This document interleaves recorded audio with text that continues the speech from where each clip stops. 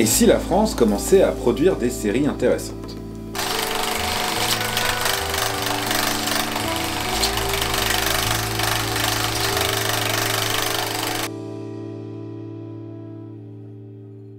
Alors Dérapage est une série de 6 épisodes produite par Arte avec Eric Cantona et réalisée par Zaïd Doueri. Je suis allé vers Dérapage comme un frileux baigneur du mois d'octobre, entreprenant donc un grand bain glacé peut être désagréable à l'aide minutieuse d'aller et retour du doigt de pied.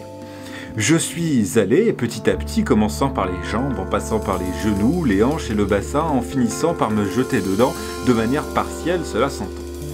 Alors, Dérapage, qu'est-ce que c'est? C'est l'histoire d'un ancien cadre, Alain Delambre, de 55-57 ans, on ne compte plus, chômeur qui cherche désespérément du travail. Dans le même temps, une entreprise d'aéronautique souhaite délocaliser et supprimer toute une partie de ses usines dans le nord de la France, plus précisément à Beauvais, soit un plan social de plus de 1000 personnes. Il cherche donc, tel le prince dans Cendrillon, le cadre magique prêt à partir au combat, tel le capitaine Willard. Sauf qu'oublier la chaussure ou LinkedIn, ils décident d'organiser une prise de tâche de plusieurs de leurs cadres pour voir qui sera le plus fidèle à leur entreprise. Alain Delambre va donc être utilisé dans cette mise en scène et va tout simplement péter les plombs.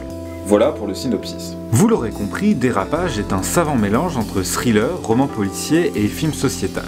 Car oui, le film parle de lutte entre riches et pauvres, de mondialisation, de chômage, de bullshit jobs, de surmédiatisation, de la surpopulation des prisons, de violence, de problèmes sexuels, de famille, et je ne continuerai pas cette liste qui ne ferait que rajouter des minutes à cette vidéo que je veux courte et efficace. La série tend à nous faire un portrait, pas forcément fidèle, mais un portrait quand même, de notre société contemporaine qui laisse les plus faibles pourrir dans des coins, tandis que les gros s'enrichissent davantage chaque jour.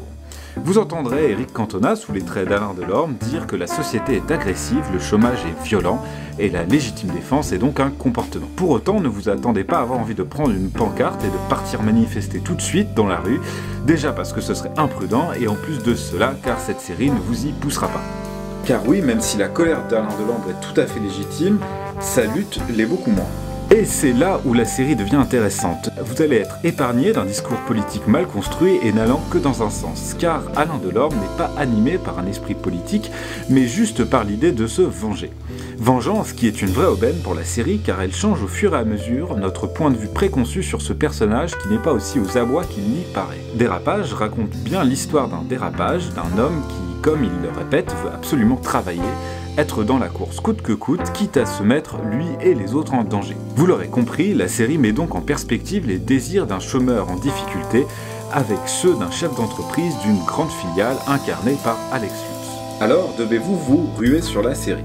Ne soyons pas naïfs, malgré cet espoir en introduction, les séries françaises sont loin de concurrencer encore leurs homologues américaines ou anglaises, même si le ciel commence à s'éclaircir par endroits, comme c'est le cas avec Baron Noir ou encore Dérapage, justement. Mais Dérapage souffre de certains travers, même si l'intrigue tient la route et qu'on se laisse docilement promener par ses différents rebondissements, il y a tout de même une sale habitude de prise dans les séries françaises, celle de répéter 200 fois le message de la série par crainte, peut-être que le public ne soit trop stupide pour le comprendre. À moins de faire une série pour expliquer les fluctuations actuelles de l'économie mondiale ou tout simplement de parler d'un problème biophysique, je ne pense pas, chers auteurs, qu'il faille marteler 200 fois votre message. Surtout que vous êtes sur Arte, rappelons tout de même que des gens qui arrivent à lire des sous-titres jaunes sont forcément de taille à affronter les enjeux d'une telle série. Blague à part, même si la performance de certains acteurs est fragile, notamment due au fait qu'ils ne jouent pas des personnages mais expliquent l'intrigue aux spectateurs à la manière d'un présentateur météo, Alex Lutz commence à montrer qu'il est un bon et un grand acteur. Pour Eric Cantona, j'avoue avoir été impressionné, il sert une performance le plus souvent juste et personnelle. Enfin, ce qui change un peu comparé à d'autres séries françaises, c'est sa réalisation, car même si de vieux travers sont toujours présents ici et là, on sent une vraie envie d'expérimenter et de sortir un peu des sentiers battus. Alors voilà, je vous conseille d'y aller par étapes avec cette série et d'aller au-dessus des quelques défauts qu'elle contient. Cet épisode de critique est donc terminé. Je vous invite à vous abonner si vous voulez en voir d'autres. En attendant, portez-vous bien, regardez des films et surtout des bons. À bientôt.